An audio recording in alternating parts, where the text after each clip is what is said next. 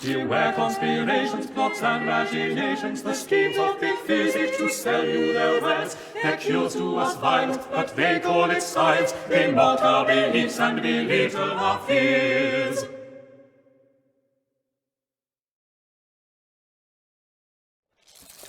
Ah, well met, Mr. Mugg. How fare you since our first consultation? It seems as you were right. Though I was, in sooth, much troubled with the vile disease of, what did you say it was? Fudgipus and Honeyman, I did not die. Frigidus ad hominem. I am most glad to hear it, sir. Indeed, you do look well. Well? Mayhap I look well now, but 'twill not be for long.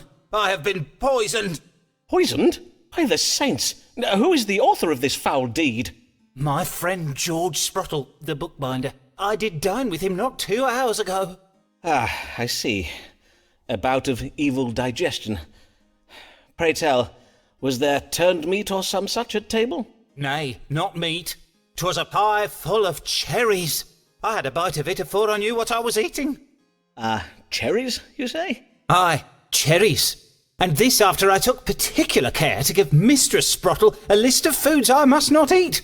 I added cherries to the list when I did hear that the Countess of Devonshire has declared against their noxious qualities. The Countess of Devonshire, you say? Noxious qualities, indeed. And now your symptoms, Mr. Mugg. Had you any reaction after eating these cherries? My reaction? Well, I reacted as any man would. I spat them out. And know you what Mr. Sprottle did then, Dr. Foreman? Nay, but pray tell. He did laugh at me. He even called me a dinner-ralphing fusspot. Fie, I may soon be in the grave, thanks to George. Will he still be laughing then? Well, let us not speculate, shall we, Mr. Mugg?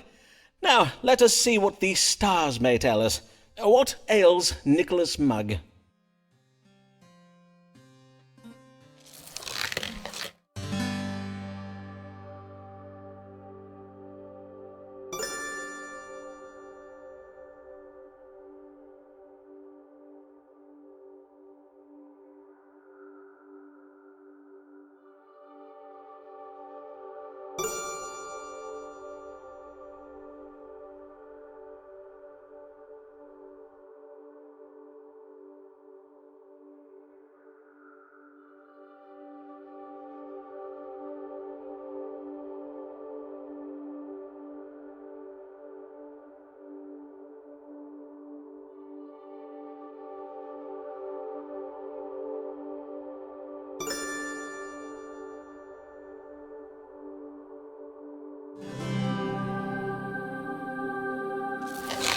It seems you have indeed been poisoned.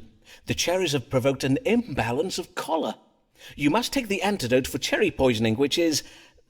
let me see what I have here in my cabinet. Yes, Saccharum officinarum.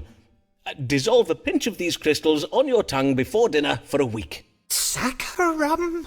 Saccharum officinarum, more commonly known as sugar. Sugar, forsooth.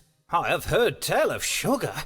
'Tis a rare and fine substance, I do believe, and therefore doubtless most efficacious.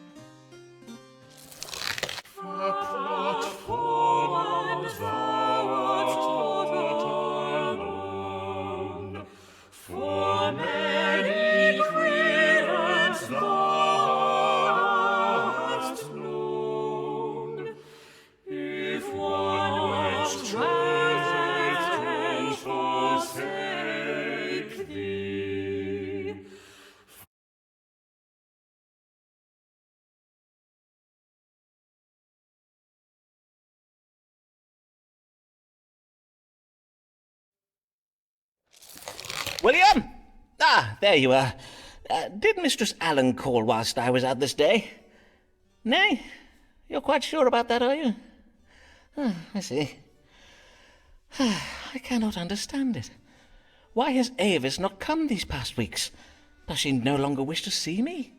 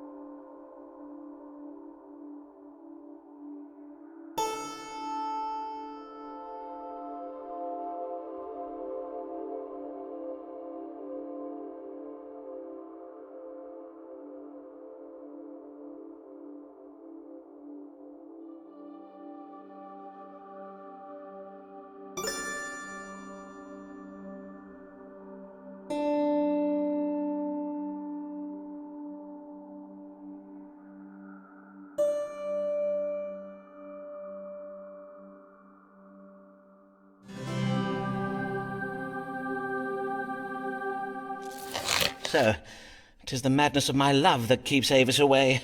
My jealous passions and accusations have vexed her, mayhap even caused her fright.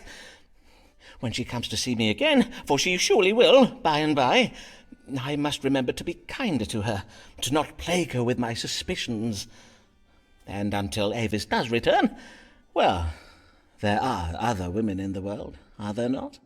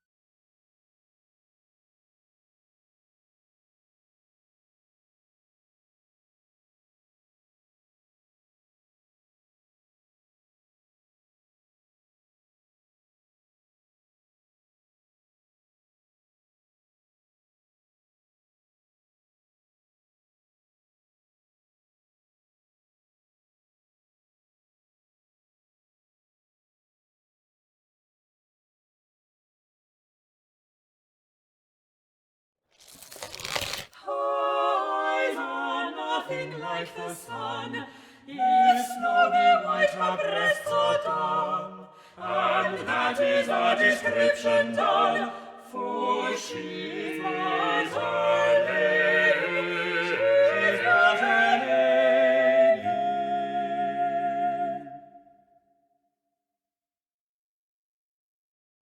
lady. Good day, Mistress Lanier. Much time has passed since I last saw you. How do you fare? In truth, not well, Dr. Foreman, not well at all. Then I am full sorry for it, madam. Pray, tell me what manner of ill has befallen you. I have been publicly humiliated. Mr. S. has been circulating a collection of insulting sonnets about an unnamed dark lady, and all of London thinks this dark lady is me. Well, your complexion is rather, that is to I am say- described as having foul breath and black wires for hair. Though methinks the very worst line is the one that tells of a gross body rising at the utterance of my name. And I cannot abide illusions, Dr. Foreman. If Mr. S. wishes to reference bodily levitation and other such cheap stage magic, he would do well to leave my name out of it. My interest is in the dramatic arts, not fairground attractions. I am not sure that is quite his meaning. Dr. Foreman, you know of Mr. William Shakespeare, then? Do not tell me you have read the sonnets. Well, I own that I have. But as you did remark, madam, all of London has read them. Oh, woe, I am undone. My professional reputation is now utterly spoiled, for now the whole world will look upon me as naught but Mr. Shakespeare's fancy wench. No longer will they judge me on my own merits. Let us hope it is not as grave as that, madam. Have you discoursed upon the matter with him? Nay, I dare not confront him about it. For we are almost at an end with our work on a play, and I dare not risk it not being staged. Then let us see what the stars advise. What may Mistress Lanier do to restore her professional reputation?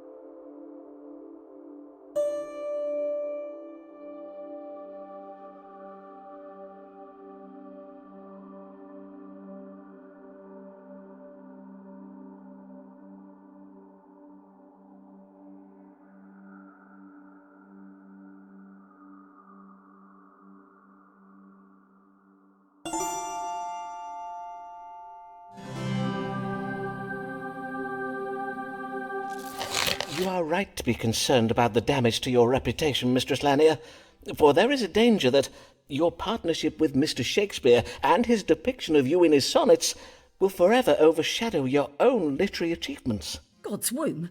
But what can I do to forestall such an injustice? I suggest you spread a rumour of your own about another lady. For instance, there is a brothel owner in Clerkenwell they call Black Luce. If you were to put it about that she is the subject of Shakespeare's sonnets, 'twould do her reputation no harm. Indeed, the effect would be quite the reverse, for doubtless there be many a man at present who would pay handsomely for a tumble with Shakespeare's dark lady. Well, indeed. I do feel 'tis most important to advance the interests of my fellow women, especially those seeking to make their way in business. Oh, do you see that, Dr. Foreman? 'Tis your mute Italian querent, Signor Ferraro.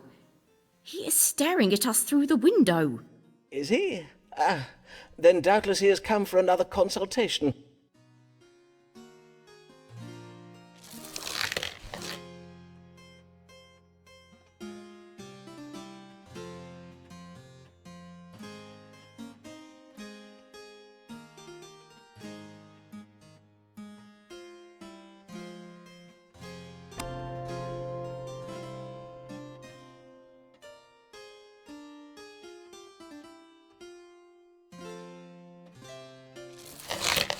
When it feels like an Italian cliché,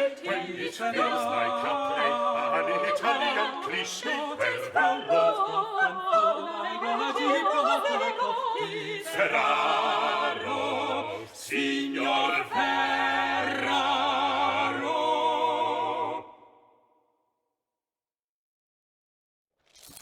Good day, senor, and well met. Tis I, Riccardo Ferraro, come once again to see the great Dottore Simon Foreman. Indeed, I did recognize you, senor.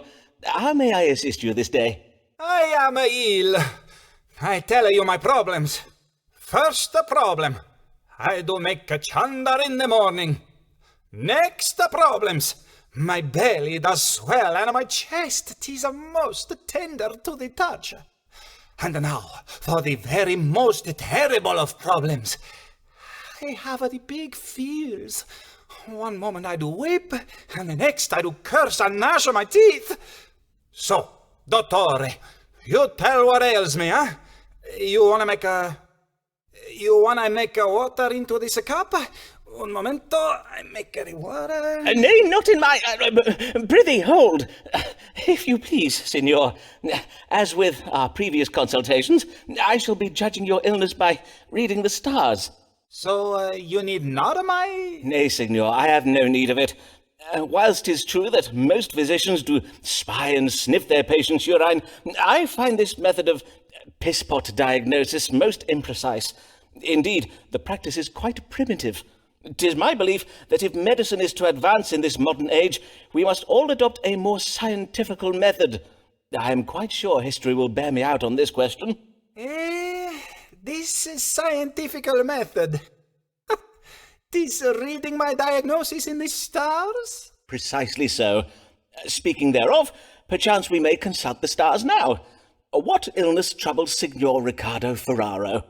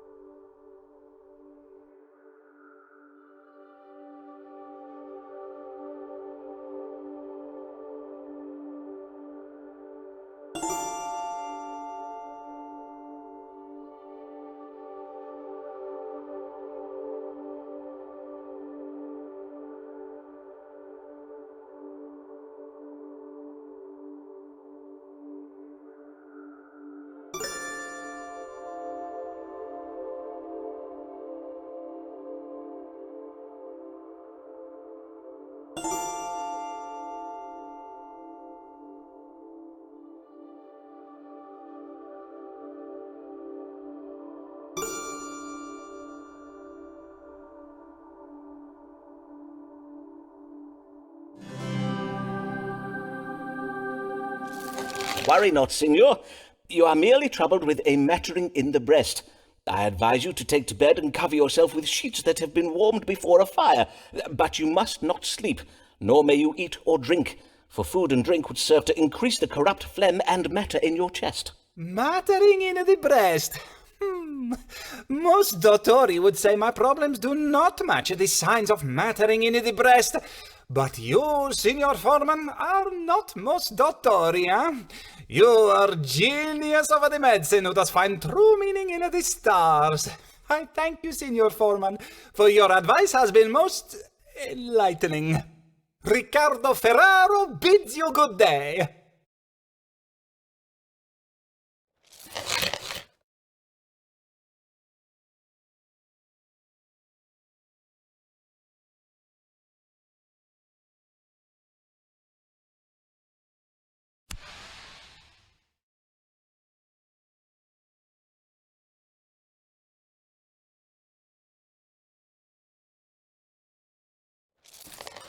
Rosa, which acts of food on your plate, are you verily sure that your dinner is clear? At me explain how food causes your pain, but your friends and relations are very vain. Good day, Mr. Mugg. Pray tell, did the matter with the, cherries resolve itself in the end? Those sugar crystals you gave me did work wondrous well. Verily, Dr. Foreman, methinks you should fashion this medicine into little round pills and sell them by the score.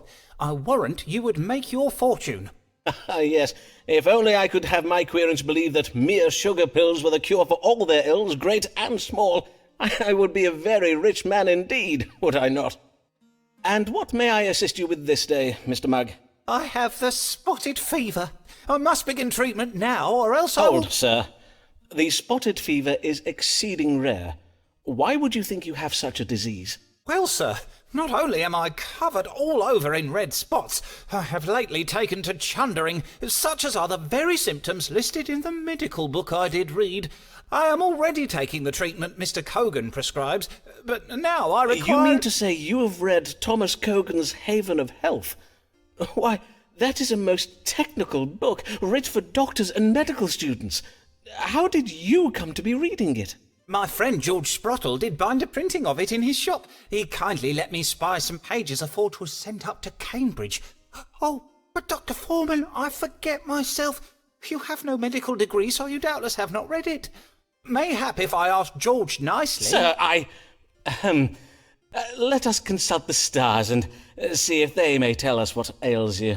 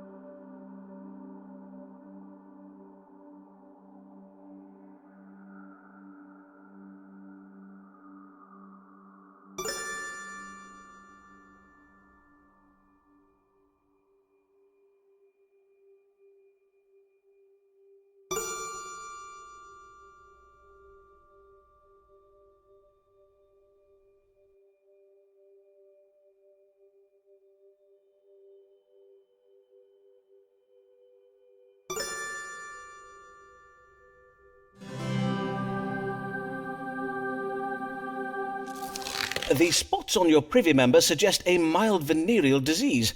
Such pustules can appear so foul in appearance as to induce involuntary upward purging, as is the case here.